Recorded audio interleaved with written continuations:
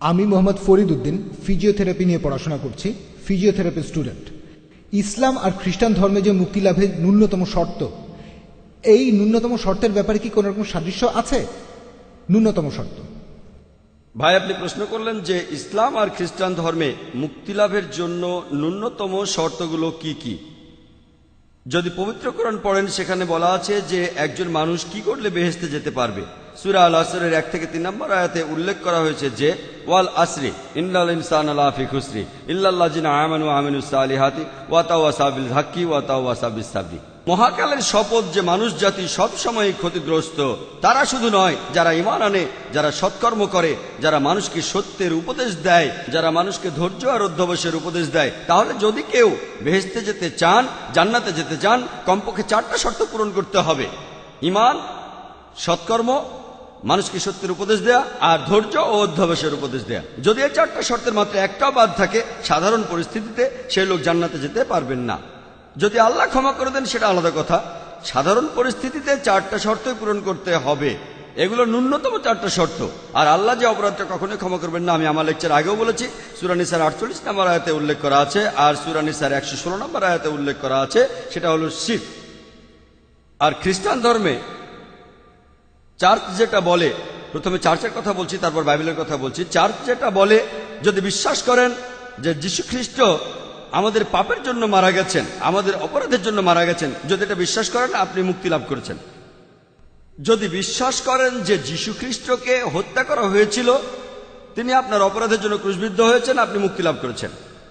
এই প্রমাণটা আপনি বাইবেলেও পাবেন যে যীশু খ্রিস্ট ক্রুশবিদ্ধ হননি। এটার উপর লেকচার দিতে পারি, এটার উপর আমার একটা ভিডিও ক্যাসেট আছে, সেটা দেখতে পারেন। আমি সেখানে প্রমাণ করেছি যে যীশু খ্রিস্ট ক্রুশবিদ্ধ হননি। পবিত্র কোরআন দিয়ে নয়, পবিত্র বাইবেল দিয়েই। কোরআন সেটা বলে, আমরাও মানি। এমনকি বাইবেলও যদি সঠিকভাবে পড়েন, এই কথা বলে না যে যীশু ক্রুশবিদ্ধ হয়েছিলেন। কিন্তু চার্চ বলে, যদি আপনি এটা বিশ্বাস করেন যে যীশু খ্রিস্ট আপনার পাপের জন্য মারা গিয়েছেন, আপনি মুক্তি লাভ করবেন। যদি আপনি পড়েন, কিন্তু যীশু খ্রিস্ট নিজের মুখে বলেছেন, তিনি ঠিক উল্টোটাই বলেছেন। যদি গসপেল অফ ম্যাথিউ পড়েন 19 নম্বর অধ্যায়ের 16 থেকে 18 অনুচ্ছেদ বলছে, একজন লোক যীশু খ্রিস্টের কাছে এসে জিজ্ঞেস করলো, আমি কোন ভালো কাজটা করব যাতে চিরস্থায়ী জীবন পেতে পারি। চিরস্থায়ী জীবন মানে বেহেশতের জীবন। একজন লোক যীশু খ্রিস্টের কাছে এসে প্রশ্ন করলো, হে ভালো প্রভু, আমি কোন কাজটা করলে চিরস্থায়ী জীবন পেতে পারি? যীশু খ্রিস্ট তখন বললেন, কেন তুমি আমাকে ভালো বলছো? ভালো শুধুমাত্র একজনই, আমার পিতা যিনি স্বর্গে আছেন। কেন তুমি আমাকে ভালো বলছো? ভালো শুধু একজনই, স্বর্গে যিনি আমার পিতা। আর যদি তুমি চিরস্থায়ী জীবন পেতে চাও, ঈশ্বরের নির্দেশ মানো। তিনি বলেননি যে চিরস্থায়ী জীবন পেতে আমাকে ঈশ্বর মানতে হবে। তিনি বলেননি যে চিরস্থায়ী জীবন পেতে এটা বিশ্বাস করতে হবে যে আমি তোমাদের পাপের জন্য ক্রুশবিদ্ধ হয়ে মারা গেছি। তিনি বলেছেন চিরস্থায়ী জীবন পেতে হলে ঈশ্বরের যে নির্দেশ সেগুলো মেনে চলতে হবে। তার মানে যদি আপনি বেহেশতে যেতে চান বাইবেলের কথা অনুযায়ী, আপনাকে তাহলে ঈশ্বরের সবগুলো নির্দেশ মেনে চলতে হবে। শুকরের মাংস খাবেন না, মদ খাওয়া যাবে না, জুয়া খেলা যাবে না, নামাজ আদায় করতে হবে, সেজদায় যেতে হবে, সবগুলো আপনাকে মানতে হবে। যদি বলেন যীশু খ্রিস্টের নির্দেশগুলো মানলেই খ্রিস্টান হওয়া যায়, সে কথা বলা হলে আলহামদুলিল্লাহ, যদি আমরা মুসলিম, আমরা খ্রিস্টানদের চেয়ে অনেক বেশি খ্রিস্টান। আর যীশু খ্রিস্টান ছিলেন একজন মুসলমান। আশা করি উত্তরটা পেয়েছেন। আমি ব্যাঙ্গালোর থেকে খায়রুন্নেসা সৈয়দ, একজন গৃহিণী। যিশু মানুষকে ভালোবাসার কথা বলেছেন, আর মুহাম্মদ তার অনুসারীদেরকে ধর্মের জন্য যুদ্ধ করতে বলেছেন। আর সেজন্যই আপনার কি মনে হয় না যে ধর্ম দুইটার মধ্যে অনেক পার্থক্য আছে? বোন, আপনি প্রশ্ন করলেন যে যীশু খ্রিস্ট তার অনুসারীদের বলেছেন মানুষকে ভালোবাসতে, আর মুহাম্মদ সাল্লাল্লাহু আলাইহি সাল্লাম তার অনুসারীদের বলেছেন প্রয়োজন হলে তোমরা যুদ্ধ করবে ইত্যাদি। আর দুটো ধর্মের মধ্যে পার্থক্য। বোন, যদি আপনি জানেন, এটা আছে গসপেল অফ ম্যাথিউ 5 নম্বর অধ্যায়ে বলা হয়েছে যে যীশু খ্রিস্ট নিজের মুখে বলেছেন, এই আইনটা প্রাচীনকালের আইন, যে চোখের বদলে চোখ আর দাঁতের বদলে দাঁত। এটা ছিল মুসা আলাইহিস সালামের সময়ের আইন। তিনি এই আইনটা এনেছিলেন, চোখের বদলে চোখ, দাঁতের বদলে দাঁত। যদি কেউ আপনার চোখ তুলে নেয়, আপনি তার চোখ তুলে নেবেন। সুবিচারের কোনো সুযোগ ছিল না, সে সময় কোনো কোর্ট আদালত ছিল না। আপনি আমার চোখ তুললে আপনারটাও আমি তুলবো। চোখের বদলে চোখ, দাঁতের বদলে দাঁত। আপনি আমার দাঁত ফেলে দিলে আমিও আপনারটা ফেলে দেবো। ডাইরেক্ট, সবকিছুই শর্টকাট, আদালতে যাওয়ার কোনো প্রয়োজন নেই। কিন্তু যদি কোনো বাচ্চা ছেলে খেলা করতে করতে আপনার চোখে আঘাত করে, এখনকার দিনে যদি কেউ ভুল করে আপনাকে চোখে আঘাত করে, আপনি তার চোখ তুলে নেবেন না, যদি ভুল করে হয়। আর যীশু খ্রিস্ট তিনি শান্তিতে থাকুন, আরেকজন আধ্যাত্মিক নেতা, তিনি আরেকজন ঈশ্বরের প্রেরিত দূত। মানুষ তখন এই আইনটা মেনে চলতো, চোখের বদলে চোখ, দাঁতের বদলে দাঁত। যিশু এটার প্রতিকার করলেন। এটা আছে গসপেল অফ ম্যাথিউ 5 নম্বর অধ্যায়, যে এটা প্রাচীনকালের নিয়ম, চোখের বদলে চোখ, দাঁতের বদলে দাঁত। কিন্তু আমি তোমাদেরকে বলছি যে যদি কেউ তোমার গালে এক থাপ্পড় মারে আরেকটা গাল বাড়িয়ে দিও। যদি কেউ তোমার কাছে গরম কাপড় চায় তাকে তোমার কম্বল দিয়ে দাও। যদি কেউ তার সাথে 1 মাইল হাঁটতে বলে তুমি 2 মাইল হাঁটো। যদি কেউ আপনার এক গালে থাপ্পড় মারে আরেকটা বাড়িয়ে দিন। মানুষ তখন সেই আইনটাই মেনে চলতো, তারা মুসার আইন মেনে চলতো। যীশু খ্রিস্ট এর প্রতিকার চাইলেন আর নতুন আইনের কথা বললেন যে কেউ তোমার এক গালে থাপ্পড় মারলে আরেকটা বাড়িয়ে দাও। আইনটা সে সময়ের জন্য ভালো। তবে আমি প্রশ্ন করছি, এখন কোনো খ্রিস্টান কি এটা মেনে চলেন? যদি এক গালে থাপ্পড় মারেন আর লোকজন সামনে থাকলে হয়তো আরেকটা বাড়িয়ে দিতে পারে, কিন্তু যদি আপনি কোনো ফাদারের কাছে বা যাজকের কাছে যান তারপর জোরে একটা থাপ্পড় মারেন, হয়তো মানুষের সামনে তিনি একটা থাপ্পড় খাবেন। আপনি থাপ্পড় মারতে থাকলে তিনি কখনোই গাল বাড়িয়ে দেবেন না। তবে এখন সেই সময় না যে কেউ থাপ্পড় মারবে আর আরেকটা গাল বাড়িয়ে দেবেন। যদি কেউ ভুল করে আপনাকে থাপ্পড় মারে ক্ষমা করে দিতে পারেন, কিন্তু যদি কেউ ইচ্ছে করে থাপ্পড় মারে আর আপনি যদি গাল বাড়িয়ে দেন, প্রত্যেকদিন সকালে আপনাকে একটা থাপ্পড় সে মেরে যাবে। হয়তো 1 দিন বা 2 দিন ফাদার রাজি হবে, তবে প্রত্যেকদিন থাপ্পড় মারতে থাকলে তিনি আরেকটা গাল বাড়িয়ে দেবেন না। এই কাজ করবেন না। তাহলে নবীজি মুহাম্মদ সাল্লাল্লাহু আলাইহি সাল্লাম তিনি আরেকজন ঈশ্বর প্রেরিত দূত। তিনি যে আইনটা আনলেন যে তোমরা পরিস্থিতিটা বিচার করবে, পবিত্র কোরআনে সূরা নিসার 171 নম্বর আয়াতে উল্লেখ আছে, লা তাগুল ফি দীনিকুম, তোমরা দিনের ব্যাপারে বাড়াবাড়ি করিও না। ইসলাম মধ্যম পন্থা, মধ্যবর্তী পথ।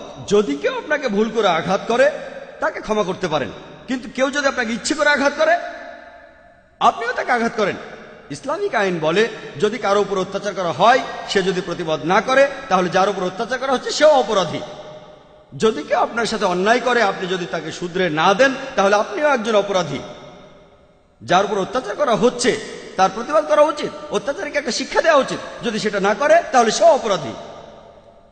যেমন ধরেন একজন লোক কোনো একটা অন্যায় করছে, আপনি দেখছেন কেউ চুরি করছে, আপনি দেখছেন কেউ মহিলাদের উত্ত্যক্ত করছে। আমাদের প্রিয় নবী বলেছেন যদি কোনো অন্যায় কাজ দেখো সেটা হাত দিয়ে থামাও, সেটা সবচেয়ে ভালো। যদি তুমি হাত দিয়ে অন্যায়টা থামাতে না পারো তাহলে তোমার মুখ দিয়ে থামাও, তাকে বলে এই কাজ করো না। যদি সেটাও না পারো অন্তত পক্ষে মনে মনে তাকে অভিশাপ দাও। এটা হচ্ছে বিশ্বাসীদের সবচেয়ে নিচের স্তর। অন্তত পক্ষে মনে মনে খারাপ বলেন। তাহলে ইসলাম এমন ধর্ম যেটা মধ্যম পথের কথা বলে। নবীজি সাল্লাল্লাহু আলাইহি সাল্লাম আমাদের শিখিয়েছেন যদি খারাপ লোকেরা তোমাদের সাথে লড়াই করতে যায় তোমরা ভয় পেও না, তাদের সাথে লড়াই করো। যদি পাল্টা লড়াই না করেন তারা পৃথিবীর সব গরিব মানুষের উপর অত্যাচার করবে। যদি আল্লাহ আপনাকে লড়াই করার শক্তি দিয়ে থাকেন আর কাউকে অন্যায় করতে দেখেন, এটা আবশ্যিক যে সেই অন্যায়ের বিরুদ্ধে আপনি লড়াই করবেন, এটা করতে হবে। আর তাই আজকের দিনে সবচেয়ে ভালো আইন অন্যায়ের বিরুদ্ধে লড়াই করতে হবে যাতে শান্তি বজায় থাকে। কারণ আজকের দিনে আমাদের সমাজ খুবই খারাপ হয়ে গেছে, চারদিকে অন্যায় অপরাধ বেড়েই চলেছে। যদি আপনি আজকে যীশু খ্রিস্টের আইন মেনে চলতে চান যে কেউ এক গালে থাপ্পড় মারলে আরেকটা বাড়িয়ে দেবেন, কেউ গরম কাপড় চাইলে তাকে কম্বলটা দিয়ে দেবেন, তাহলে আপনার বেঁচে থাকাটাই কষ্টকর হয়ে যাবে, পৃথিবীটা খারাপ। তাহলে এই পরিস্থিতিতে দেখা যাচ্ছে যে মুহাম্মদ সাল্লাল্লাহু আলাইহি সাল্লাম যে আইনটা আল্লাহর কাছ থেকে পেয়েছেন সেটাই শ্রেষ্ঠ আইন। এখনকার পরিস্থিতিতে এটাই শ্রেষ্ঠ আইন। আশা করি উত্তরটা পেয়েছেন। আমি রেভারেন্ড সলোমন অ্যালেগরি, কর্ণাটকের থিওলজিক্যাল কলেজের। আজকের আলোচনার বিষয় ছিল ইসলাম আর খ্রিস্টান ধর্মের মধ্যে সাদৃশ্য। কিন্তু আমি এখানে যা শুনলাম সেটাই দুই ধর্মের মধ্যেকার পার্থক্যগুলো, সেটার উপরেই বেশি গুরুত্ব ছিল। আমার কাছে সেটাই মনে হলো। আপনি যখন যিশু আর মুহাম্মদের কথা বলছিলেন যে যিশু এসেছেন শুধু ইহুদিদের জন্য আর মুহাম্মদ এসেছেন পৃথিবীর সব মানুষের জন্য, সবার জন্য, আমার মনে হয় না এটা সত্যি। আর বাইবেলেও এমন কথা বলা হচ্ছে না। আর আপনি বললেন যে যিশু ঈশ্বর নন। আপনি এখানে গসপেল থেকে সুবিধা মতো উদ্ধৃতি দিলেন যে যিশু বলেছেন আমার পিতা আমার চেয়ে বড়। কিন্তু এই ব্যাপারে কি বলবেন যখন যিশু নিজেই বলেছেন আমি সত্য আর জীবনের একমাত্র পথ, আমার পিতা এবং আমি এক, যারা আমাকে দেখছো তারা পিতাকেই দেখছো। এই কথাগুলো আছে আর বাইবেলে লেখা আছে পরিষ্কারভাবে যে যীশু খ্রিস্ট ঈশ্বর। সে কথাটাই আমরা বিশ্বাস করি আর পুরো পৃথিবীর মানুষই বিশ্বাস করে। হ্যাঁ, আমার প্রশ্ন। কোনো সমস্যা নেই ভাই, আপনি যতগুলো ইচ্ছা প্রশ্ন করতে পারেন আমাকে। ভাই আপনি বললেন যে আজকের বিষয়টা ছিল ইসলাম আর খ্রিস্টান ধর্মের সাদৃশ্য, কিন্তু আমি সাদৃশ্যের চেয়ে পার্থক্য নিয়ে কথা বলেছি বেশি। ভাই যদি আপনি ভালো করে দেখেন, আমি বাইবেল থেকে উদ্ধৃতি দিয়েছি, অধ্যায় অনুচ্ছেদ বাইবেল থেকে উদ্ধৃতি দিয়েছি। আমি এখানে বলবো যে ইসলাম আর খ্রিস্টান ধর্মের মধ্যে অনেক সাদৃশ্য আছে, আর আমি এখানে সেই সাদৃশ্যগুলোর উপর বেশি জোর দিয়েছি যেগুলোর কথা বাইবেল ও কোরআনে আছে, কিন্তু খ্রিস্টানরা সেগুলো মানে না। আমি এমন কথা বলছি না যে খ্রিস্টান ধর্মের অনুসারীরা বাইবেল মানছে কি মানছে না। এই বিষয়টা যদি আসে হতে পারে মুসলিম আর খ্রিস্টানদের মধ্যে পার্থক্য।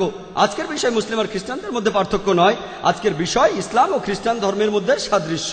খ্রিস্টান ধর্ম আর এই ধর্মের অনুসারীদের মধ্যে পার্থক্য আছে, তেমনি ইসলাম আর মুসলিমদের মধ্যে পার্থক্য আছে। সেজন্য ভাই আপনাকে আমি মনে করিয়ে দেই, আজকের বিষয় মুসলিম আর খ্রিস্টানদের মধ্যেকার সাদৃশ্য নয়, ইসলাম ও খ্রিস্টান ধর্মের মধ্যে সাদৃশ্য। খ্রিস্টান ধর্মের ভিত্তি হলো পবিত্র বাইবেল। আমি যে সাদৃশ্যগুলো নিয়ে কথা বলেছিলাম সেটা কোরআন আর বাইবেলের। কোরআন আর বাইবেল দুই বলছে শুকর খেও না, কিন্তু খ্রিস্টানরা খায়, মুসলিমরা খায় না। কোরআন আর বাইবেল দুই গ্রন্থই বলছে তোমরা মদ খেও না, মুসলিমরা মদ খায় না, খ্রিস্টানরা খায়। কোরআন আর বাইবেল বলছে তোমরা খাতনা করো, মুসলিমরা খাতনা দেয়, আপনারা দেন না। আমি এখানে যে সাদৃশ্যের কথা বলেছি সেটা বাইবেল আর কোরআনের মধ্যে। বাইবেল আর কোরআন দেখেন, যিশু নিজেই বলেছেন তোমরা এক ঈশ্বরের উপাসনা করো, কিন্তু আপনারা ট্রিনিটিতে বিশ্বাস করেন। যিশু বলেছেন আমার উপাসনা করো না, আপনারা তার উপাসনা করেন, ইত্যাদি ইত্যাদি ইত্যাদি। যদি আপনি আমার ক্যাসেট দেখেন বাজারে কিনতে পাওয়া যায়, আমি এমন কোনো পার্থক্যের কথা বলিনি। বাইবেল এই কথা বলছে, কোরআন তার বিরুদ্ধে না। আমি সাদৃশ্য নিয়ে কথা বলেছি, সাদৃশ্য নিয়ে। আমি সেখানে পার্থক্যের কথা বলেছি, যেখানে খ্রিস্টান মিশনারিদের আমি বলেছিলাম তারা আমাকে বোঝাতে চাচ্ছিল যে ডিউটেরোনমির 18:18 সেটা হলো যিশু সম্পর্কে ভবিষ্যৎবাণী। সেখানে যুক্তি দিতে গিয়ে আমি মুসা আলাইহিস সালাম আর যিশু খ্রিস্টের পার্থক্যটা বলেছিলাম। আপনি বুঝতে পেরেছেন? যদি ভালো করে দেখেন, আমি যে সাদৃশ্যের কথা বলেছিলাম বাইবেল আর কোরআনের, সেগুলো খ্রিস্টান ধর্ম আর ইসলামের ভিত্তি। এবার প্রশ্নতে আসি, আপনি বললেন যে আমি একটা কথা বলেছি, আর আমি সেটা আবারও বলছি। যীশুখ্রিস্ট কোথাও পরিষ্কারভাবে বলেননি পুরো বাইবেলে, যেখানে যীশুখ্রিস্ট নিজে বলেছেন আমি ঈশ্বর বা আমার উপাসনা করো তোমরা। আপনি 3টি উদ্ধৃতি দিয়েছেন যে যিশু বলেছেন আমি সত্য এবং জীবনের একমাত্র পথ, কোনো মানুষ আমিও পিতার মধ্যে আসবে না, যারা আমাকে দেখছো তারা পিতাকে দেখছো এবং আমি আর আমার পিতা এক। আপনি 3টি উদ্ধৃতি দিয়েছেন কোনো রেফারেন্স ছাড়া। আমি এই 3টি অনুচ্ছেদের রেফারেন্স দিচ্ছি। প্রথম দুটো অনুচ্ছেদ আছে গসপেল অফ জনে 14 নম্বর অধ্যায়ের 6 ও 9 অনুচ্ছেদে। চেক করতে পারেন, বাইবেল এখানে আছে। আমার মেমোরি থেকে আমি বলছি, আমি মুখস্থ বলছি, কিন্তু বাইবেল থেকে বলছি। আপনি একজন রেভারেন্ড আর আপনি থিওলজিক্যাল কলেজে পড়ান। যদি উল্টোপাল্টা বলে থাকি, বাইবেল এখানে আছে। লোকে বলতে পারে জাকির উল্টোপাল্টা বলছে আর উদ্ধৃতি দিয়ে যাচ্ছে। রেফারেন্সটা এখানে আছে। আপনি অনুচ্ছেদগুলো বললেন, আমি রেফারেন্সটা দিলাম। তবে ভাই এখানে আপনাকে প্রসঙ্গটা দেখতে হবে। ভাই শোনেন, আপনি প্রসঙ্গ ছাড়া কোনো উদ্ধৃতি দিতে পারবেন না, তাই আপনি প্রসঙ্গ ছাড়া বলছেন। আমি প্রসঙ্গটা বলছি, আপনি উদ্ধৃতি দিলেন, আমি প্রসঙ্গটা বলছি। আমার মেমোরি থেকে আমি বলছি, চেক করে দেখতে পারেন ভুল বলছি কিনা। প্রসঙ্গটা জানতে 1 নম্বর অনুচ্ছেদে যান, গসপেল অফ জন 14 নম্বর অধ্যায়ের 1 অনুচ্ছেদ দেখলে প্রসঙ্গটা আপনি বুঝতে পারবেন। যিশু সেখানে নিজেই বলেছেন আমার পিতার রাজ্যে অনেকগুলো প্রাসাদ আছে, অনেকগুলো প্রাসাদ আছে। যদি এরকমটা না হতো আমি তোমাদের বলতাম না। আমি সেখানে যাচ্ছি তোমাদের একটা জায়গা তৈরি করতে, আর তোমরা জানো আমি কোথায় যাচ্ছি। টমাস বলল আমরা জানি না আপনি কোথায় যাচ্ছেন, আমরা সে পথ চিনি না আপনি যেখানে যাচ্ছেন। যিশু বললেন আমি সত্য এবং জীবনের একমাত্র পথ, কোনো মানুষ আমার আর আমার পিতার মাঝে আসতে পারে না। আমিও এটার সাথে একমত যে যীশুখ্রিস্ট সত্য ও জীবনের পথ। কোনো মানুষ আল্লাহর কাছে যাবে না যীশুখ্রিস্টকে বাদ দিয়ে। এটা তার সময়ে, প্রত্যেক নবী তার সময়ে ছিলেন আল্লাহর পথে সত্য আর জীবনের একমাত্র উপায়। মুসা আলাইহিস সালামের সময় তিনি ছিলেন সত্য আর জীবনের একমাত্র পথ। কোনো মানুষই মুসা আলাইহিস সালাম আর আল্লাহর মাঝখানে আসবে না। যীশুখ্রিস্টের সময় তিনি ছিলেন সত্য আর জীবনের একমাত্র পথ, আর নবীজি সাল্লাল্লাহু আলাইহি সাল্লামের সময় তিনি ছিলেন সত্য আর জীবনের একমাত্র পথ। তাহলে প্রত্যেক নবী তার সময়ে তিনি ছিলেন সত্যের পথ, আর আমি একমত। এর অর্থ যদি আমাকে অনুসরণ করো তাহলে ঈশ্বরকে মেনে চলছো, তিনি ছিলেন পথ। এরপরে যদি বাইবেল পড়েন, যিশুকে তার শিষ্যরা বলল যে আমরা তো ঈশ্বরকে দেখিনি। তখন যিশু তাদের বললেন যারা আমাকে দেখছো তারা ঈশ্বরকে দেখছো। আমাকে দেখছো মানে যারা আমার নির্দেশ মেনে চলছো তারা আসলে মহান ঈশ্বরের নির্দেশ মেনে চলছো। যারা আমাকে দেখছো তারা ঈশ্বরকে দেখছো। যদি প্রসঙ্গটা দেখেন, প্রথম অনুচ্ছেদে আছে আমার পিতার রাজ্যে অনেক প্রাসাদ আছে। তিনি বলেননি যে আমার রাজ্যে অনেক প্রাসাদ আছে। এখানে দেখতে পাচ্ছেন তিনি মহান ঈশ্বরের কথা বলেছেন। পরিষ্কারভাবে বলা আছে। যদি প্রসঙ্গটা পড়েন তাহলে বুঝতে পারবেন এখানে যিশু বোঝাতে চাচ্ছেন যদি আমাকে অনুসরণ করো আমি সত্যের একমাত্র পথ। যদি তোমরা আমার নির্দেশ মেনে চলো তাহলে তোমরা ঈশ্বরের নির্দেশ মেনে চলছো। একইভাবে সকল নবী রাসূলগণ যে নির্দেশ দিয়েছেন সেগুলো যদি মেনে চলেন আপনি পরোক্ষভাবে ঈশ্বরের নির্দেশই মানছেন, আর এই কথাটা মেনে নিতে আমার কোনো রকম আপত্তি নেই। আরেকটা অনুচ্ছেদের কথা বললেন যে আমি এবং আমার পিতা এক। এটা আছে গসপেল অফ জনে 10 নম্বর অধ্যায়ের 30 অনুচ্ছেদে। ভাই আপনি চেক করতে পারেন, গসপেল অফ জনে 10 নম্বর অধ্যায়ের 30 অনুচ্ছেদ, আমি এবং আমার পিতা এক। আর এখানেও আপনাকে প্রসঙ্গটা বলবো, প্রসঙ্গটা বললে তখন আপনি বলবেন এরপরও আপনি মানেন কি না যে যীশুখ্রিস্ট সর্বশক্তিমান ঈশ্বর। যদি প্রসঙ্গটা পড়েন সেটা জানতে 23 নম্বর অনুচ্ছেদে যান। গসপেল অফ জন 10 নম্বর অধ্যায় 23 অনুচ্ছেদ বলা হয়েছে যীশুখ্রিস্ট যখন মন্দিরে সলোমনের বারান্দায় গেলেন, যিশু মন্দিরে সলোমনের বারান্দায় গেলেন। 24 নম্বর অধ্যায় বলছে ইহুদিরা তার চারপাশে জড়ো হলো। আর বলল, আমাদের কতদিন দ্বিধার মধ্যে রাখবেন? আপনি যদি খ্রিস্ট হন সরাসরি বলুন। আমি এখানে কিংস জেমস ভার্সন থেকে উদ্ধৃতি দিচ্ছি, পবিত্র বাইবেল থেকে 25 অনুচ্ছেদে বলছে, আমি তোমাদের বলেছি কিন্তু তোমরা বিশ্বাস করোনি। আমি যে কাজগুলো করি আমার পিতার নামে, তারাই আমার হয়ে এখানে সাক্ষ্য দেবে। আমি কাজগুলো আমার পিতার নামে করি, তারা এখানে সাক্ষ্য দেবে। 25 নম্বর অনুচ্ছেদ। 26 অনুচ্ছেদ বলছে, আমি বলেছি কিন্তু তোমরা বিশ্বাস করনি, কারণ তোমরা আমার অনুসারী নও। 27 অনুচ্ছেদ বলছে যে আমার অনুসারীরা আমার কথা শোনে, আমি তাদের চিনি, তারা আমাকে অনুসরণ করে। 28 নম্বর অনুচ্ছেদ বলছে যে আমি তাদের চিরস্থায়ী জীবন দিয়েছি, তারা কখনো ধ্বংস হবে না, কেউ তাদেরকে আমার হাত থেকে নিতে পারবে না। 29 অনুচ্ছেদ বলছে, আমার পিতা যেটা আমাকে দিয়েছেন তিনি সবার চাইতে বড়, কেউ তাদেরকে আমার পিতার হাত থেকে তুলে নিতে পারবে না। 28 অনুচ্ছেদ বলছে, কেউ তাদেরকে আমার হাত থেকে তুলে নিতে পারবে না। 29 অনুচ্ছেদ বলছে, কেউ তাদেরকে আমার পিতার হাত থেকে তুলে নিতে পারবে না। 30 অনুচ্ছেদ বলছে, আমি এবং আমার পিতা এক। তাহলে যদি প্রসঙ্গটা পড়েন, 28 অনুচ্ছেদ বলছে কেউ তাদেরকে তুলে নিতে পারবে না আমার হাত থেকে, অর্থাৎ যীশু খ্রিস্টের অনুসারীদের কেউ যীশু খ্রিস্টের হাত থেকে তুলে নিতে পারবে না। 29 অনুচ্ছেদ বলছে কেউ তাদেরকে আমার পিতার হাত থেকে তুলে নিতে পারবে না। 30 অনুচ্ছেদ বলছে আমি এবং আমার পিতা এক। প্রসঙ্গটা পড়লে বুঝতে পারবেন উদ্দেশ্যের দিক থেকে যীশু এবং মহান স্রষ্টা তারা এক। আমার বাবা হলেন একজন ডাক্তার আর আমিও একজন ডাক্তার। আমি যদি বলি যে আমরা দুজন মানুষ এক, তার মানে কি আমরা দুজন একই লোক? না। যখন বলছি আমি আর আমার বাবা এক, তার মানে বাবাও ডাক্তার আমিও ডাক্তার। পেশার দিক থেকে আমরা দুজনে এক, এর মানে এই না যে আমরা দুজনে এক ব্যক্তি। উদ্দেশ্য এটা খুব পরিষ্কার।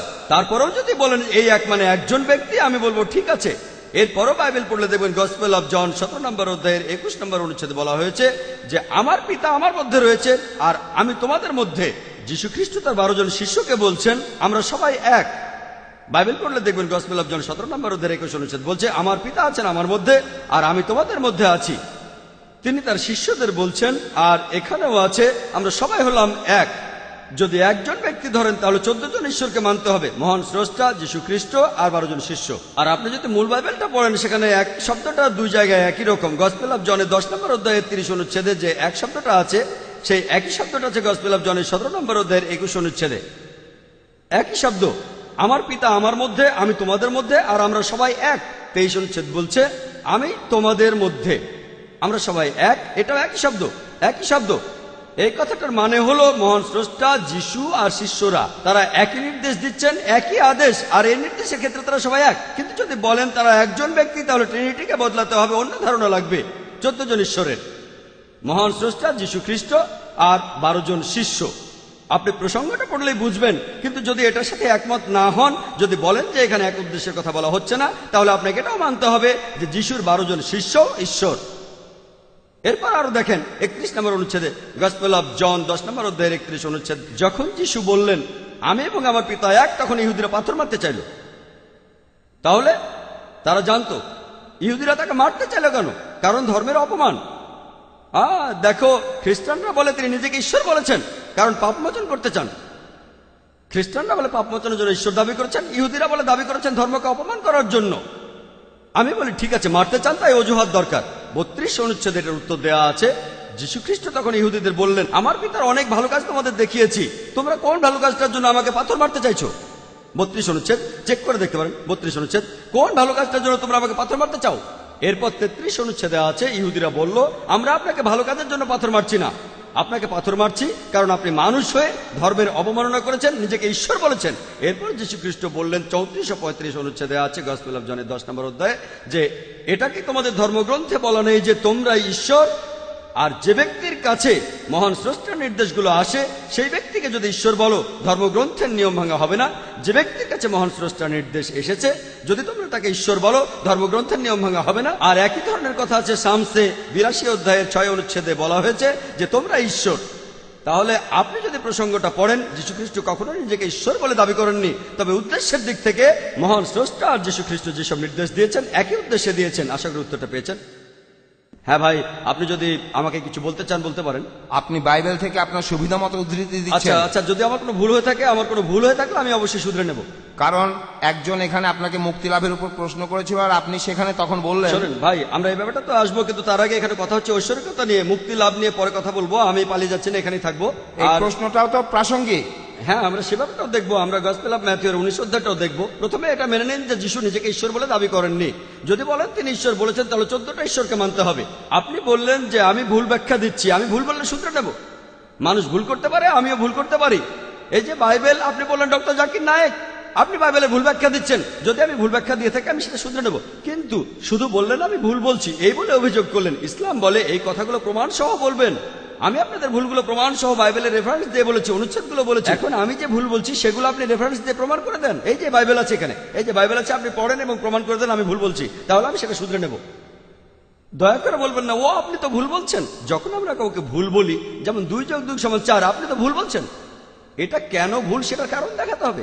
তাহলে ভাই আমি প্রসঙ্গটা বললাম, যদি মনে করেন আমি বাইবেলের ভুল ব্যাখ্যা করছি, আপনি একজন থিওলজিয়ান হিসেবে, আপনি তো থিওলজিয়ান, আমি নই, আমি থিওলজির একজন ছাত্র, আপনি থিওলজিয়ান, আপনি বললেন ভাই জাকির আপনার ব্যাখ্যাটা ঠিক নয়, ব্যাখ্যাটা হবে এমন, আমাকে দেখান, আমি অনেক রেফারেন্স দিয়েছি, তারপরে আমরা মুক্তি লাভের ব্যাপারে কথা বলবো। তাহলে গসপেল অফ জন 10 অধ্যায় 30 অনুচ্ছেদ নিয়ে আর কিছু বলবেন আপনি? না, নেই। আমি আচ্ছা ঠিক আছে, আপনার এই ব্যাখ্যাটার সাথে একমত হতে পারলাম না। কোন ব্যাপারে একমত না? আপনার এই ব্যাখ্যাটার সাথে আপনার একমত হওয়ার কোনো প্রয়োজন নেই। আচ্ছা, পরের প্রশ্ন। আমার পরের প্রশ্নটা হলো যে যে একজন লোক একবার যীশু খ্রিস্টকে চিরস্থায়ী জীবন সম্পর্কে প্রশ্ন করেছিল, যীশু বলেছিলেন ঈশ্বরের নির্দেশ মানো, তাই না? আপনি এখানে থেমে গিয়েছেন, কিন্তু এই গল্পটা সেখানেই শেষ হয়নি। আপনি চাইলে পরেরটুকুও বলুন। তখন সেই লোকটা উত্তরে বলল, আমি আমার সারা জীবন ধরেই ঈশ্বরের নির্দেশ পালন করে এসেছি, সারা জীবন। আর যীশু বললেন যে তাহলে তোমার যা কিছু আছে সেটা ছেড়ে দিয়ে আমাকে অনুসরণ করো। এই কথাটার অর্থ কি? যদি চিরস্থায়ী জীবন চাও তাহলে সবকিছু ছেড়ে আমাকে অনুসরণ করো। ভাই ঠিক বলেছেন, আমিও একমত। হ্যাঁ, এই কথাটাই বলা হয়েছে, কিন্তু আপনি সেই কথা বলেননি। এই কথার আগেই আপনি থেমে গেছেন। ঠিক আছে, আমি প্রসঙ্গটা বলছি, আর আমি এই প্রসঙ্গটাও জানি। আমি আপনাকে রেফারেন্স দিয়ে বলছি, ম্যাথিউ 19 অধ্যায়ের 16 অনুচ্ছেদের উদ্ধৃতি দিয়েছিলাম। একজন লোক যীশু খ্রিস্টের কাছে এসে বলল, হে ভালো প্রভু, আমি কোন ভালো কাজটা করব যাতে করে চিরস্থায়ী জীবন পেতে পারি?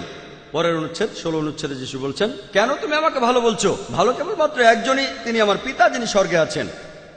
যদি তুমি চিরস্থায়ী জীবন পেতে চাও ঈশ্বরের নির্দেশ মেনে চলো, এটুকুই বলেছিলাম, আর এটুকুই যথেষ্ট। এমন না যে প্রসঙ্গটা জানলে অর্থ পাল্টে যাবে, অর্থ পাল্টায় না, সেটা তখন আগের মতোই থাকে। যদি অর্থটা একই রকম থাকে তাহলে প্রসঙ্গটা, তাহলে আমি সে ব্যাপারে আসছি, সেখানে আমি প্রসঙ্গটাও বলবো। 18, 19 ও 20 অনুচ্ছেদে বলছে, সেই লোকটা বলল আমি ঈশ্বরের নির্দেশ মানি।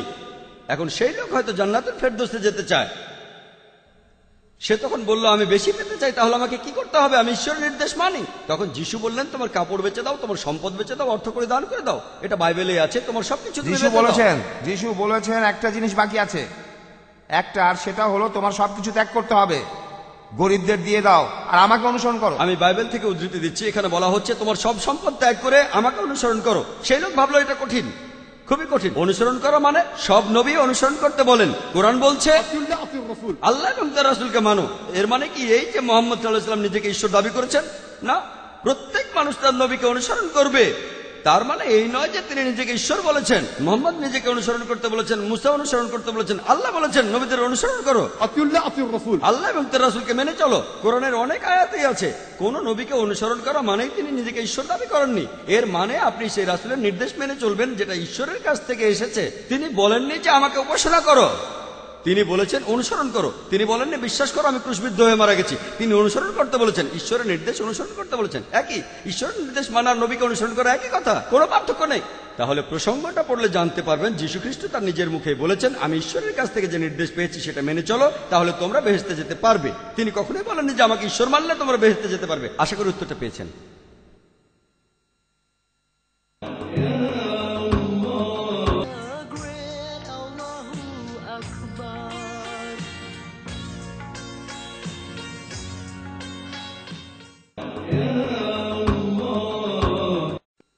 আমি মেরিডি কস্টা, একটা এয়ারলাইন্সে চাকরি করি। আপনি কি পাপের উৎস সম্পর্কে কিছু বলতে পারবেন?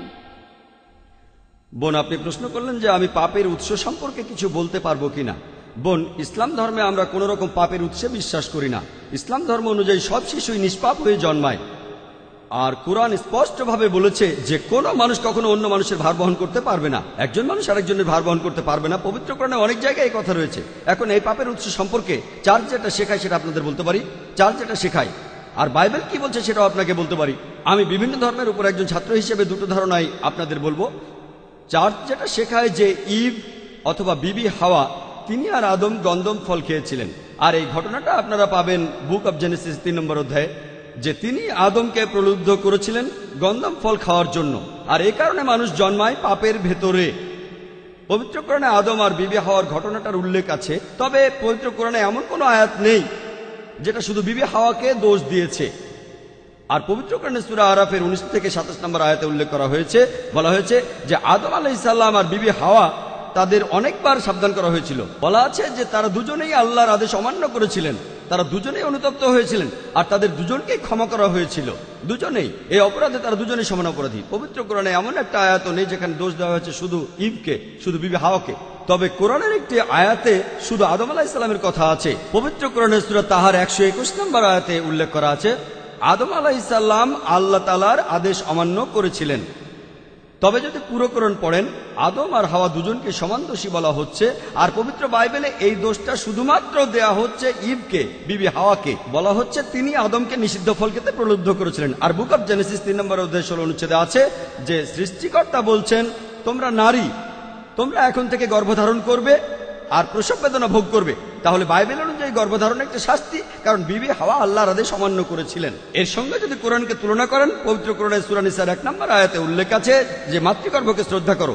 সূরা লুকমানের 14 নম্বর আয়াতে উল্লেখ আছে, আর সূরা আহকাফের 15 নম্বর আয়াতে উল্লেখ আছে, আমি মানুষকে তার পিতামাতার প্রতি সদয় ব্যবহারের নির্দেশ দিয়েছি।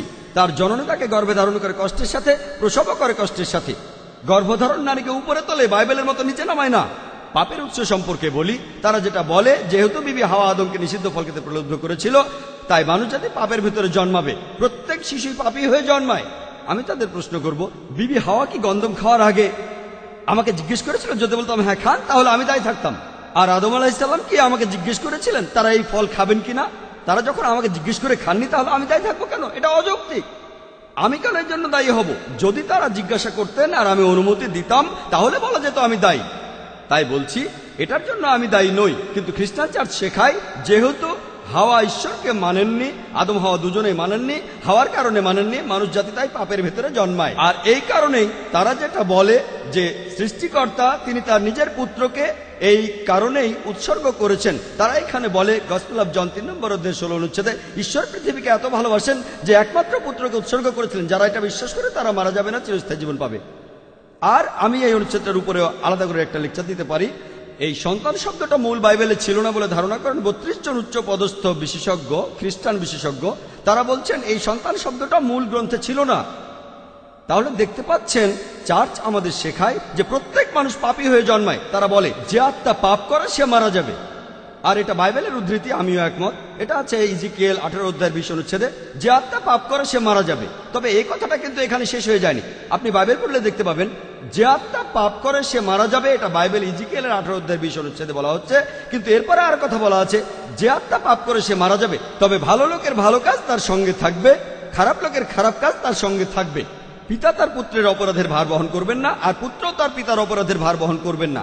বাইবেল বলছে পাপ করলে আত্মা মারা যাবে। পিতা তার পুত্রের অপরাধের ভার বহন করবেন না, আর পুত্র তার পিতার অপরাধের ভার বহন করবেন না। ভালো লোকের ভালো কাজ তার সঙ্গে থাকবে, খারাপ লোকের খারাপ কাজও তার সঙ্গে থাকবে। কিন্তু কোনো খারাপ লোক যদি ঘুরে দাঁড়ায়, যদি সে ঘুরে দাঁড়ায়, তাহলে সে মারা যাবে না।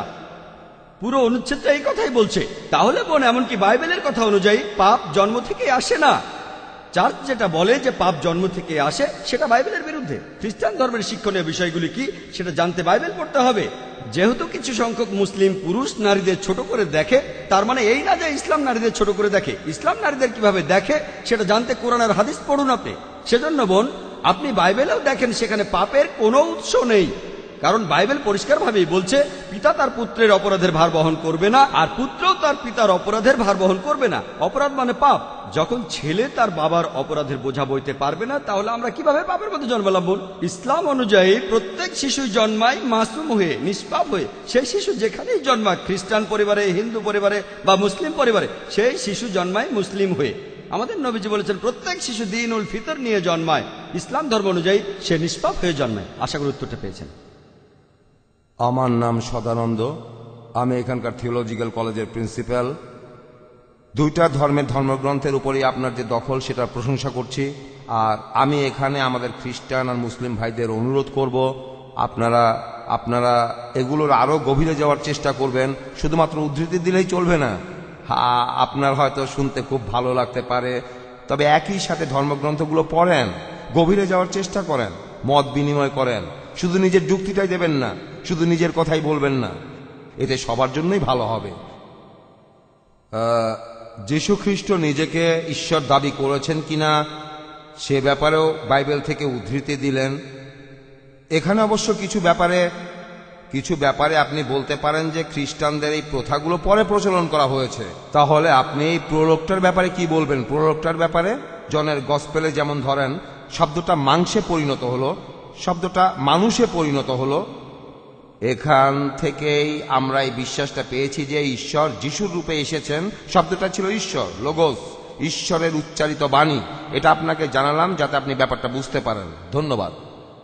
ভাই, আপনি এখানে আরেকটা উদ্ধৃতি দিলেন, আর আপনি ঠিকই বলেছেন, শুধু উদ্ধৃতি দিলেই চলবে না, গভীরে যেতে হবে। যিশুর কথাগুলোর উদ্ধৃতি দেওয়াটাই গুরুত্বপূর্ণ নয়, গুরুত্বপূর্ণ হলো প্রসঙ্গটা দেখা যে যিশু আসলে নিজেকে ঈশ্বর বলেছেন কিনা। আর আপনি আরেকটা অনুচ্ছেদের উদ্ধৃতি দিলেন, এরকম আরো অনুচ্ছেদ আছে, একজন ভাই 3টা উদ্ধৃতি দিলেন, আমি সেগুলোর প্রসঙ্গ বলে পরিষ্কার করেছি। আপনি আরেকটা সুন্দর উদ্ধৃতি দিলেন পবিত্র বাইবেল থেকে, গসপেল অফ জনের উদ্ধৃতি দিলেন, রেফারেন্স হলো 1 নম্বর অনুচ্ছেদ, 1 নম্বর অধ্যায়ের 1 অনুচ্ছেদ, গসপেল অফ জন, শব্দটা ছিল ঈশ্বর। আর 1 নম্বর অনুচ্ছেদ শুরুতে শব্দটা ছিল। আচ্ছা, দুটো কথাই আপনি বলেছেন, শুরুতে ছিল শব্দটা ছিল ঈশ্বর। আপনি তাহলে দুটো উদ্ধৃতি দিয়েছেন, শব্দটা মাংস হলো আর শব্দটা ছিল ঈশ্বর, দুটোর কথাই বললেন। প্রথমে 1 অনুচ্ছেদের কথা বলে তারপর 12 অনুচ্ছেদের কথা আমি বলবো। আর আমি একমত যে গসপেল অফ জনের 1 নম্বর অধ্যায়ের 1 অনুচ্ছেদে উল্লেখ করা হয়েছে, শুরুতে যে শব্দটা ছিল ঈশ্বরের সাথে। শুরুতে ছিল সেই শব্দটা, আর শব্দটা ছিল ঈশ্বরের সাথে, আর শব্দটাই ছিল ঈশ্বর। শুরুতে সেই শব্দটা ছিল ঈশ্বরের সাথে, আর শব্দটাই ছিল ঈশ্বর। এটা খুব সুন্দর উদ্ধৃতি। আপনারা যদি বাইবেল পড়েন, যদি বুঝতে না পারেন তাহলে বিষয়ের গভীরে যান। ভাই, আপনি বললেন আর আমিও একমত। এখানে বাইবেলের মূল গ্রন্থটা কোন ভাষায়? Greek, new testament. যদিও যীশুখ্রিস্ট কথা বলতেন হিব্রু ভাষায়, কিন্তু মূল বাইবেল আছে গ্রিক ভাষায়। যীশুখ্রিস্ট এই বাইবেল নিজের হাতে লেখেননি, এটা আছে গ্রিক ভাষায়। যদি গ্রিক ভাষা পড়েন, শুরুতে সেই শব্দটা ছিল ঈশ্বরের সাথে, আর শব্দটাই ছিল ঈশ্বর। প্রথমবার যখন ঈশ্বর শব্দটা এলো, আপনি যদি বলেন শব্দটা ছিল ঈশ্বর, একজন সাধারণ মানুষ হিসেবে শব্দটা ছিল ঈশ্বর, তার মানে শব্দটাই ঈশ্বর। এখন এই শব্দটাকে ঈশ্বরের সাথে পাল্টে নেন, শুরুতে ছিল শব্দটা হয়ে যাবে শুরুতে ছিল ঈশ্বর। ঠিক, শব্দটা ছিল ঈশ্বরের সাথে হয়ে যাবে ঈশ্বর ছিলেন ঈশ্বরের সাথে। এটার কোনো অর্থ হয় না। ঈশ্বর ছিলেন ঈশ্বরের সাথে, শুরুতে ছিল শব্দটা, এটা হবে শুরুতে ছিলেন ঈশ্বর, ঈশ্বর ছিলেন ঈশ্বরের সাথে, আর ঈশ্বর ছিলেন ঈশ্বর। এর কোনো অর্থ হয় না যদি মেনে নেই এখানে শব্দ বলতে আসলে ঈশ্বরকে বোঝাচ্ছে। আর যদি শব্দটা বদলে দেন আর সেখানে যদি ঈশ্বর শব্দটা বসান, তাহলে সেটা দাঁড়াবে শুরুতে ছিলেন ঈশ্বর, ঈশ্বর ছিলেন ঈশ্বরের সাথে, আর ঈশ্বর ছিলেন ঈশ্বর। এর কোনো অর্থ হয় না।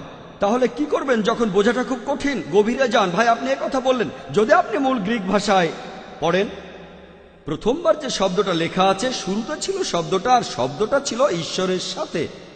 শব্দটা ছিল ঈশ্বরের সাথে। এই ঈশ্বর শব্দটা হলো হোথিওস। হোথিওস অর্থাৎ দ্য গড, বড় হাতের জি, হোথিওস। দ্বিতীয়বার শব্দটাই ছিল ঈশ্বর, এটা টনথিওস। আর গ্রিক ভাষার কোনো পণ্ডিতকে জিজ্ঞেস করলে জানবেন টনথিওস মানে আমাদের গড, ছোট হাতের জি, ছোট জি, অর্থ একজন মহান ব্যক্তি। প্রথমটা হোথিওস, পরেরটা টনথিওস। তাহলে যদি পড়েন, শুরুতে ছিল শব্দটা ছিল মহান স্রষ্টার সাথে, বড় হাতের জি, আর শব্দটা ছিল মহান, ছোট হাতের জি। কিন্তু যদি বাইবেল দেখেন, 2 জায়গাতে বড় হাতের জি। এখানে কে ভুল করেছে? মহান স্রষ্টা করেননি, অনুবাদকরা। গ্রিক ভাষায় প্রথম শব্দটা হলো হোথিয়াস, দ্বিতীয়টা হলো টনথিয়াস। তাহলে 2 জায়গাতে বড় হাতের জি কেন? আপনারা কাকে ঠকাচ্ছেন? এই কথাটা বলার জন্য আমি দুঃখিত, কিন্তু এটাই। আপনি যদি মূল গ্রন্থটা পড়েন, প্রথম শব্দটা হোথিয়াস, পরের শব্দটা টনথিয়াস।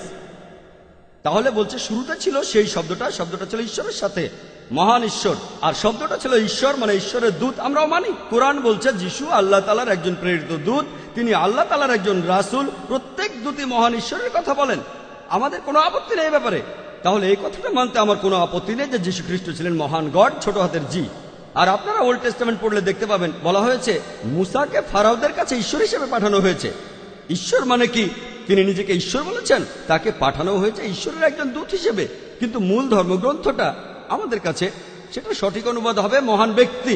তাহলে ভাই, প্রসঙ্গটা দেখলে বুঝতে পারবেন, এখানে যদি সঠিক অনুবাদ করি যে যীশু খ্রিস্ট ছিলেন একজন মহান ব্যক্তি, আর শব্দটা মাংসে পরিণত হলো, হ্যাঁ, ঈশ্বরের দূত, তিনি পৃথিবীতে এসেছেন একজন মানুষ হিসেবে, অর্থাৎ রাসূল, রক্ত মাংসের মানুষ। আর যীশু খ্রিস্ট একেবারে পরিষ্কার করেই বলেছেন, যদি পড়েন গসপেল অফ লুক, যীশু যখন উপরের ঘরে গেলেন, 24 নম্বর অধ্যায় 34 অনুচ্ছেদ বলছে, যীশু বললেন সালাম আলাইকুম, তোমরা শান্তিতে থাকো। হিব্রু ভাষায় সালাম আলাইকুম। সবাই তাকে দেখে ভয় পেয়ে গেল। তারা ভেবেছিল যীশু খ্রিস্ট ক্রুশবিদ্ধ হয়েছেন। তারা এটা বিশ্বাস করতে পারল না। যিশু বললেন, তোমরা আমাকে ছুঁয়ে দেখো, আমার হাত আর পা ছুঁয়ে দেখো, কারণ আত্মার কোনো রক্তমাংসের শরীর থাকে না যেমনটা আমার আছে, অর্থাৎ তিনি রক্তমাংসের মানুষ, আমি একমত। আমার হাত পা ধরো আর দেখো, আত্মার রক্তমাংসের শরীর থাকে না, এর অর্থ তিনি আত্মা ছিলেন না, তিনি মাংসের তৈরি, তিনি ক্রুশবিদ্ধ হননি, তিনি জীবিত ছিলেন। তারপর বললেন, এখানে কি খাওয়ার মতো কিছু আছে? তারা তাকে মধু দিল আর তিনি খেলেন। কি প্রমাণ করতে যে তিনি ঈশ্বর নন, তিনি ক্রুশবিদ্ধ হননি, জীবিত ছিলেন। আমি আপনার সাথে একমত। যদি প্রসঙ্গ সহ পড়েন, আর কোনো বিষয়ে মতভেদ থাকলে মূল গ্রন্থটা দেখেন, আর মূল গ্রন্থ দেখলেই বুঝবেন যে সত্যটা আসলে কি। আশা করি উত্তরটা পেয়েছেন। আর এ ব্যাপারে কি বলবেন যে টমাস বলেছেন তিনি আমার প্রভু এবং আমার ঈশ্বর, আর আমরা এইসব ব্যাপার নিয়ে কথা চালিয়ে যেতে পারি। আমি হিব্রু আর গ্রিক দুই ভাষাতেই বাইবেল পড়েছি, এই দুই ভাষার বাইবেলই আমি জানি, আপনাকে জানালাম। ভাই, আপনি আরেকটা উদ্ধৃতি দিলেন, 100 উদ্ধৃতি দিতে পারেন আপনি। আমার কথা হলো, প্রথম যে উদ্ধৃতিটা দিয়েছেন সে ব্যাপারে কি আমার সঙ্গে আপনি একমত? ভাই 3টা উদ্ধৃতি দিয়েছেন, 3টারই উত্তর দিয়েছি। আপনি 2টো উদ্ধৃতি দিয়েছেন, 2টোরই উত্তর দিয়েছি। আপনি কি সন্তুষ্ট? আপনি তো গ্রিক জানেন, এটাকে মানবেন যে প্রথম শব্দটা হলো হতিয়াস? এটা মানছেন? যদি গ্রিক ভাষা জানেন, গ্রিক ভাষায় হতিয়াস শব্দের অর্থ কি? অনেকেই গ্রিক জানে না। হতিয়াস মানে কি? আমি ঠিক? আচ্ছা ঠিক আছে, অন্ততপক্ষে মানুষকে জানতে দেন যে আমি উল্টোপাল্টা কিছু বলছি না। এটা মানলে পরের অনুচ্ছেদে আমি যাব। দেখেন, বাইবেলে এমন 1000টা অনুচ্ছেদ আছে, আমরা সবগুলো নিয়ে আলোচনা করতে পারি। তবে নতুন কোনো বিষয়ে যাওয়ার আগে এটা আগে বলেন, প্রথমে যে যুক্তিটা দিয়েছি সেটা মানেন কি মানেন না। যদি বলেন আমি একমত না, হতিয়াস মানে মহান ঈশ্বর না, সে ভুল বলছে, আমি গ্রিক জানি, তাহলে আমার কথাটা আমি পাল্টে ফেলবো। নতুন কোনো অনুচ্ছেদে যাওয়ার আগে আমি সেটার ব্যাখ্যাও আপনাকে দেবো ভাই। তবে নতুন অনুচ্ছেদে যাওয়ার আগে আপনি যেমন বললেন, আসুন মত বিনিময় করি, আমরা এখানে লড়াই করতে আসিনি, আমার কথা ভুল হলে সেটা পাল্টে ফেলবো। আর পবিত্র কোরআনে উল্লেখ করা হয়েছে, তালা ইলা কালিমাতিন সাওয়াইন বাইনাই বাইনাকুম, এসো সেই কথাই যাহা তোমাদের এবং আমাদের মধ্যে এক। আমার ভুল হলে আমি বদলাবো, আপনার ভুল হলে আপনি পাল্টে ফেলবেন। আমাদের ভেতরে সাদৃশ্যটা দেখতে হবে। সূরা মাইদার 82 নম্বর আয়াতে উল্লেখ করা আছে, মুসলিম অথবা বিশ্বাসীদের সবচেয়ে বড় শত্রু হলো তারা যারা পৌত্তলিক, মূর্তি পূজারী আর ইহুদি, কিন্তু যারা তাদের নিকটতর বন্ধু তারা খ্রিস্টান। আমরা আপনাদের ভালোবাসি, তবে যদি মতের অমিল হয় বিষয়টা নিয়ে আলোচনা করব। আপনি আরেকটা উদ্ধৃতি দিলেন, আরেকটা উদ্ধৃতি। আমি প্রথম দুটোর ব্যাখ্যা দিয়েছি। আমি একমত যে টমাস বলেছেন আমার ঈশ্বর, মাই গড, আমিও তার সঙ্গে একমত, আমার ঈশ্বর, আমার প্রভু। একটা উদাহরণ দেই। একজন লোক আমার কাছে এসে বলল যে ভাই জাকির, সে বলল আপনি তো লেট, অনুষ্ঠানটা শেষ করে দিতে হবে। ও মাই গড, এখন 12টা বাজে, আমি তাকে ঈশ্বর বলে ডাকছি। আপনি এখানে প্রসঙ্গটা দেখেন, এটাই লাগবে। প্রসঙ্গটা পড়েন, কারণ দেখবেন যীশু খ্রিস্ট বলছেন আমাকে ভালো বলো না, আমাকে ভালো বলো না, তাহলে ঈশ্বর বলে ডাকার ব্যাপারটাই তো আসছে না। তাহলে যদি কেউ বলে মাই গড, আমাকে ঈশ্বর বলেনি, আমি বলবো না যে আমি ঈশ্বর। আমি যদি বলি ও মাই গড, দেরি হয়ে গেছে, তার মানে এই নয় যে তাকে ঈশ্বর বলছি। সেও বুঝতে পারবে যে আমি উত্তেজিত হয়ে বলছি ও মাই গড, দেরি হয়ে গেছে। এখানে আমার ঈশ্বর বলা হচ্ছে না। টমাস এখানে বলছে না যে যীশু খ্রিস্ট তিনি হলেন তার ঈশ্বর, তিনি এমনটা বলছেন না। আর আমি যেটা বলেছি, যীশু খ্রিস্ট নিজে পরিষ্কারভাবে এই কথা বলেননি, এই মন্তব্যটা করেছে টমাস। আমি আপনাদের যে চ্যালেঞ্জটা দিয়েছি, এই অনুচ্ছেদটা সেরকম না।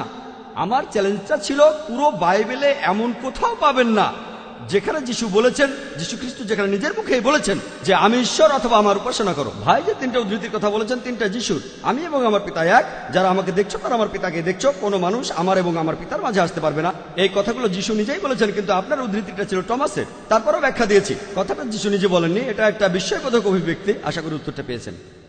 আমি মোহাম্মদ ফরিদ উদ্দিন, ফিজিওথেরাপি নিয়ে পড়াশোনা করছি, ফিজিওথেরাপি স্টুডেন্ট। ইসলাম আর খ্রিস্টান ধর্মে যে মুক্তি লাভের ন্যূনতম শর্ত, এই ন্যূনতম শর্তের ব্যাপারে কি কোনো রকম সাদৃশ্য আছে? ন্যূনতম শর্ত।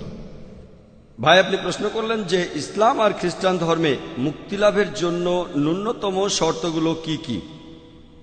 যদি পবিত্র কোরআন পড়েন, সেখানে বলা আছে যে একজন মানুষ কি করলে বেহেশতে যেতে পারবে। সূরা আল আসরের 1 থেকে 3 নম্বর আয়াতে উল্লেখ করা হয়েছে যে ওয়াল আসরি ইন্নাল ইনসানা লাফি খুসরি ইল্লাল্লাযিনা আমানু ওয়া আমিলুস সালিহাতি ওয়া তাওয়াসাউ বিল হাক্কি ওয়া তাওয়াসাউ বিস সাবরি। মহাকালের শপথ যে মানুষ জাতি সব সময় ক্ষতিগ্রস্ত। তারা শুধু নয়, যারা ঈমান আনে, যারা সৎকর্ম করে, যারা মানুষকে সত্যের উপদেশ দেয়, যারা মানুষকে ধৈর্য আর অধ্যবসায়ের উপদেশ দেয়। তাহলে যদি কেউ বেহেশতে যেতে চান, জান্নাতে যেতে চান, কমপক্ষে 4টা শর্ত পূরণ করতে হবে: ঈমান, সৎকর্ম, মানুষকে সত্যের উপদেশ দেয়া আর ধৈর্য ও অধ্যবসায়ের উপদেশ দেয়া। যদি এই 4টা শর্তের মাত্র একটাও বাদ থাকে, সাধারণ পরিস্থিতিতে সেই লোক জান্নাতে যেতে পারবেন না। যদি আল্লাহ ক্ষমা করে দেন সেটা আলাদা কথা, সাধারণ পরিস্থিতিতে 4টা শর্তই পূরণ করতে হবে। এগুলো ন্যূনতম 4টা শর্ত। আর আল্লাহ যে অপরাধটা কখনোই ক্ষমা করবেন না, আমি আমার লেকচার আগেও বলেছি, সূরা নিসার 48 নম্বর আয়াতে উল্লেখ করা আছে, আর সূরা নিসার 116 নম্বর আয়াতে উল্লেখ করা আছে, সেটা হলো শিরক। আর খ্রিস্টান ধর্মে চার্চ যেটা বলে, প্রথমে চার্চের কথা বলছি, তারপর বাইবেলের কথা বলছি। চার্চ যেটা বলে, যদি বিশ্বাস করেন যে যীশু খ্রিস্ট আমাদের পাপের জন্য মারা গেছেন, আমাদের অপরাধের জন্য মারা গেছেন, যদি এটা বিশ্বাস করেন আপনি মুক্তি লাভ করেছেন। যদি বিশ্বাস করেন যে যীশু খ্রিস্টকে হত্যা করা হয়েছিল, তিনি আপনার অপরাধের জন্য ক্রুশবিদ্ধ হয়েছেন, আপনি মুক্তি লাভ করেছেন। এই প্রমাণটা আপনি বাইবেলেও পাবেন যে যীশু খ্রিস্ট ক্রুশবিদ্ধ হননি। এটার উপর লেকচার দিতে পারি, এটার উপর আমার একটা ভিডিও ক্যাসেট আছে, সেটা দেখতে পারেন। আমি সেখানে প্রমাণ করেছি যে যীশু খ্রিস্ট ক্রুশবিদ্ধ হননি, পবিত্র কোরআন দিয়ে নয়, পবিত্র বাইবেল দিয়েই। কোরআন সেটা বলে, আমরাও মানি। এমনকি বাইবেলও যদি সঠিকভাবে পড়েন, এই কথা বলে না যে যীশু ক্রুশবিদ্ধ হয়েছিলেন। কিন্তু চার্চ বলে, যদি আপনি এটা বিশ্বাস করেন যে যীশু খ্রিস্ট আপনার পাপের জন্য মারা গিয়েছেন, আপনি মুক্তি লাভ করবেন। যদি আপনি পড়েন, কিন্তু যীশু খ্রিস্ট নিজের মুখে বলেছেন, তিনি ঠিক উল্টোটাই বলেছেন। যদি গসপেল অফ ম্যাথিউ পড়েন 19 নম্বর অধ্যায়ের 16 থেকে 18 অনুচ্ছেদ বলছে, একজন লোক যীশু খ্রিস্টের কাছে এসে জিজ্ঞেস করলো, আমি কোন ভালো কাজটা করব যাতে চিরস্থায়ী জীবন পেতে পারি। চিরস্থায়ী জীবন মানে বেহেশতের জীবন। একজন লোক যীশু খ্রিস্টের কাছে এসে প্রশ্ন করলো, হে ভালো প্রভু, আমি কোন কাজটা করলে চিরস্থায়ী জীবন পেতে পারি?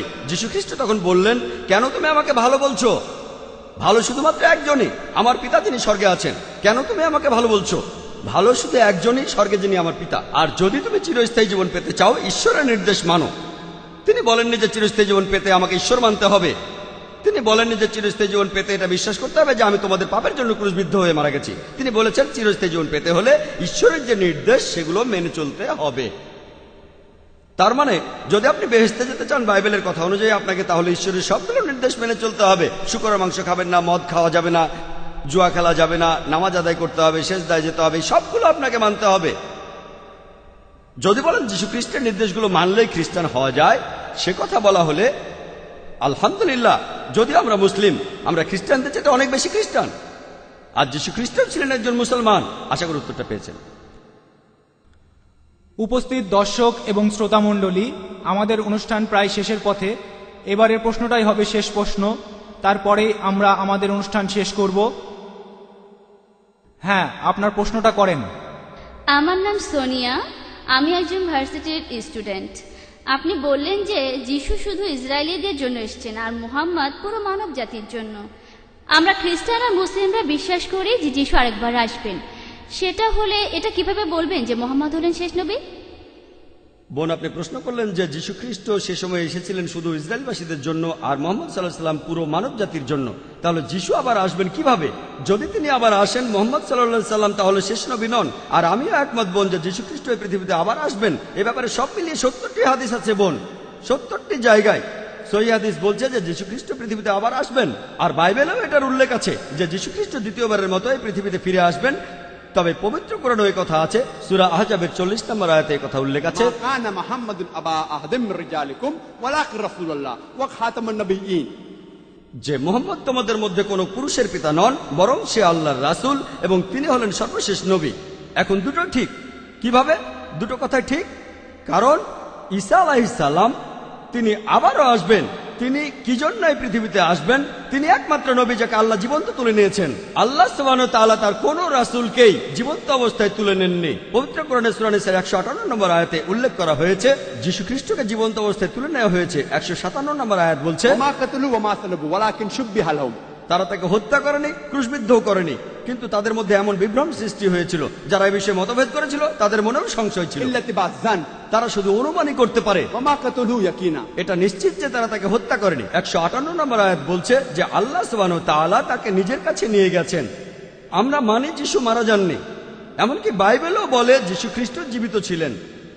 হাদিসও এই কথা বলে আর বাইবেলও বলে।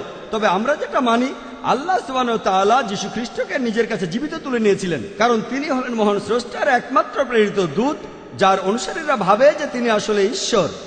আর কোন রাসূল নেই। আদম, নূহ, মুসা, ইব্রাহিম, আইজায়া, ইসহাক, সলোমন, তারা সবাই শান্তিতে থাকুন, এই নবীদের অনুসারীরা কখনো বলেননি যে তাদের নবী নিজেকে ঈশ্বর বলেছেন।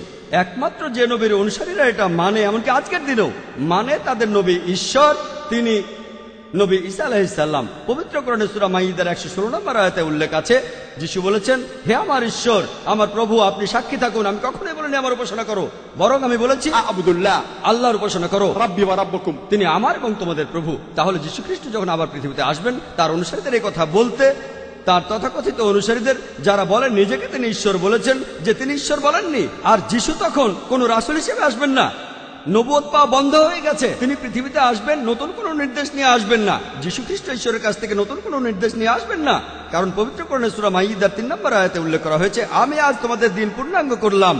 আল্লাহ সুবহানাহু ওয়া তাআলা বলছেন, আজ আমি তোমাদের দিন পূর্ণাঙ্গ করলাম এবং ইসলামকে তোমাদের দিন মনোনীত করলাম। এই কিতাবের পরে আর কোনো নির্দেশ আসবে না, কোনো কিতাব আসবে না, কারো উপর কোনো কিতাব নাজিল হবে না। যীশু খ্রিস্ট যখন পৃথিবীতে দ্বিতীয়বার আসবেন, তিনি আসবেন হযরত মুহাম্মদ সাল্লাল্লাহু আলাইহি সাল্লামের উম্মত হিসেবে, শেষ নবীজির উম্মত হিসেবে। আগেও তিনি মুসলিম ছিলেন, পরেও তিনি মুসলিম থাকবেন। তিনি ঈশ্বরের নতুন নির্দেশ আনবেন না। আর একই কথা আছে বাইবেলে, গসপেল বলছে, যিশু দ্বিতীয়বার আসলে খ্রিস্টানরা তাকে বলবে, হে প্রভু, হে প্রভু, আমরা কি তোমার নামে বিস্ময়কর কাজ করিনি? যিশু দ্বিতীয়বার আসলে আপনারা জানেন তারা অনেক বিস্ময়কর কাজ করেছে। তারা বলবে, প্রভু, প্রভু, আমরা কি তোমার নামে অনেক বিস্ময়কর কাজ করিনি? যিশু তখন তাদের বলবেন, আমি তোমাদের চিনি না, তোমরা সবাই অপরাধী, তোমরা এখান থেকে চলে যাও। আমি এই কথাটা বলছি না, গসপেল বলছে যে যিশু দ্বিতীয়বার আসার পরে বলবেন, তোমরা সবাই অপরাধী, আমি তোমাদের কাউকেই চিনি না, তোমরা সবাই পাপী মানুষ, তোমরা এখান থেকে চলে যাও, আমি তোমাদের চিনি না। তিনি কাদের বলবেন? মুসলিমদের, হিন্দুদের বলবেন? তিনি একথা খ্রিস্টানদের বলবেন, যারা বলবে আমরা আপনার নামে বিস্ময়কর কাজ করেছি। বাইবেলের কথা বলছে যে যীশু খ্রিস্ট পৃথিবীতে দ্বিতীয়বার এসে বলবেন, এখান থেকে তোমরা চলে যাও, তোমাদের সবাই অপরাধী, তোমাদের চিনি না। তাহলে যিশু দ্বিতীয়বার এসে তিনি তার অনুসারীদের বলবেন, আমি নিজেকে ঈশ্বর বলিনি, বরং আমি বলেছি আবুদুল্লাহ আল্লাহর উপাসনা করো, রাব্বি ওয়া রাব্বুকুম। আমার প্রভুই তোমার প্রভু। ওয়া আখিরু দাওয়ানা আলহামদুলিল্লাহি রাব্বিল আলামিন। ومن آياته الليل والنهار والشمس والقمر لا تسجدوا للشمس ولا للقمر واسجدوا لله الذي خلقهن إن